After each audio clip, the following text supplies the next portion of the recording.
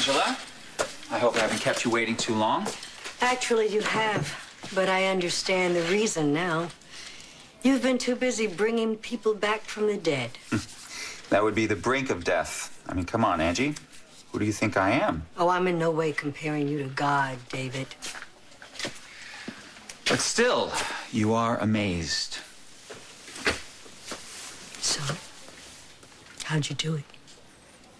It all begins with research. Lots of doctors do research, and they've never had any results like this. That's because they're limited by an archaic medical establishment and their own lack of imagination. Not to mention the brilliance of David Hayward. Let's just say that I've had the ability to save people who would no longer be here right now. And Orpheus can help you too, Angie. By the time we're through, you will see again. You will see your daughter again. I'm going to make sure of that. Don't get me wrong, David. To say that I'm grateful for the chance to see again is an understatement. But you'd also like to know my secrets, wouldn't you? Call it professional curiosity. All right. What would you like to know? How are you able to find Zach in time to save him? Right place, right time. So you just happened to be passing through California when his plane went down? Yeah, I know. Remarkable coincidence, huh? Yeah, well, you got lucky with Dixie, too. But you're a man who just has a nose for folks in trouble. All right, look. Here's all you need to know. Zach and Dixie are alive. And that's thanks to me. Everything else, completely irrelevant. You brought Greenlee back, hoping she'd love you. But eventually you lost her to Ryan, and that made you very, very angry. It's old news. Not important anymore. I wonder, because you had issues with Zach and Dixie, too, and let's not even talk about you and me. And yet you're still willing to help us all. Are you asking me why? You've always had this split personality. Angel on one shoulder, devil on the other. And God knows we've experienced the devil for a very, very long time. All right. And what about now? Maybe it's the angel's turn. Maybe. But I just keep wondering when the devil's going to turn up again. Or if he's already here. We're that simple. Isn't it? Everyone tries to analyze me, Angela, including myself. And the best answer I can come up with is this. I am incredibly selfish. Not entirely. I've witnessed the other side.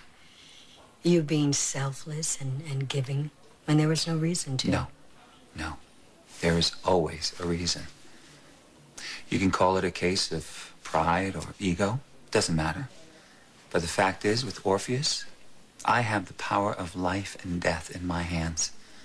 I can do something that no one else in the world can do. And that is a pretty huge rush. Please, David. Stop equating saving lives to being a rock star. There's more to you than that. Is this Angela Hubbard extending to me the benefit of the doubt? You know, I just know that somewhere beyond all your paranoia and bitterness, there beats a heart of a dedicated physician, a brilliant healer. I mean, what a gift do you have? And how badly you've abused it over the years. You're right. I have at times. But certainly not now. I told you about my father. Yes, I remember. Right. Well, he died way before his time. It was a senseless, useless death. And I learned at a very young age just how fragile life really is. So I vowed right then and there that I would do whatever I can to protect it. No matter who the beneficiary. Dixie, Zach, or me. It really is no more complicated than that. Except for one thing. And what is that? You left out love. Now you can go on and on about your talent and the fragility of life. But I believe that there's a part of you that wants what everybody else wants. To be loved. And maybe that's why you do it, too.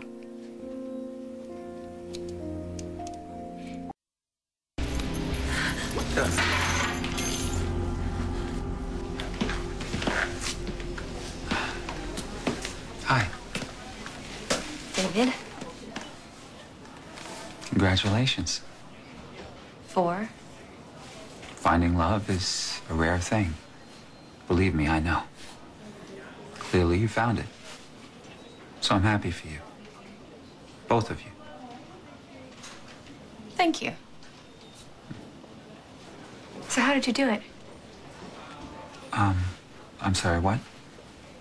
Dixie and Zach, how did you bring them back? I'm sure the details will all come out shortly. Which means he's not gonna tell us. Well, right now just isn't the time. But when they do, I'm hoping that you'll have a better opinion of me.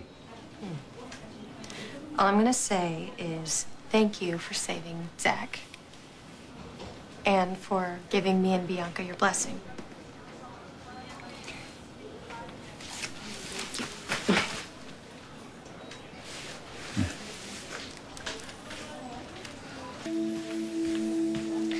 So maybe we can get together for lunch sometime. Like, I don't want to push. Yeah, we'll make a plan for next week. Next week it is then. Bye.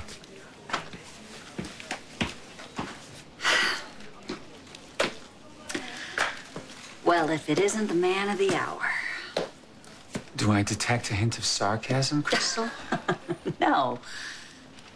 No, actually, when I see you like this, caring father and saving people's lives, it just reminds me that there really is a good person in there somewhere.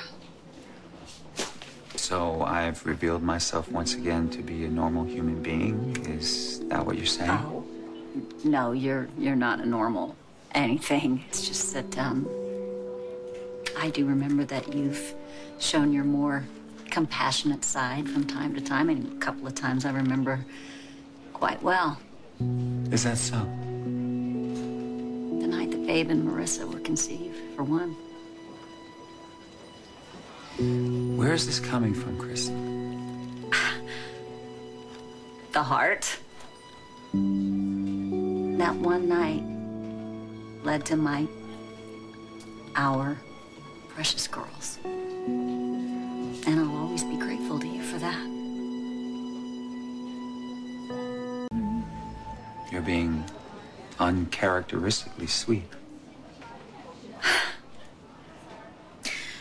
That's because I know how important those girls are to you, David.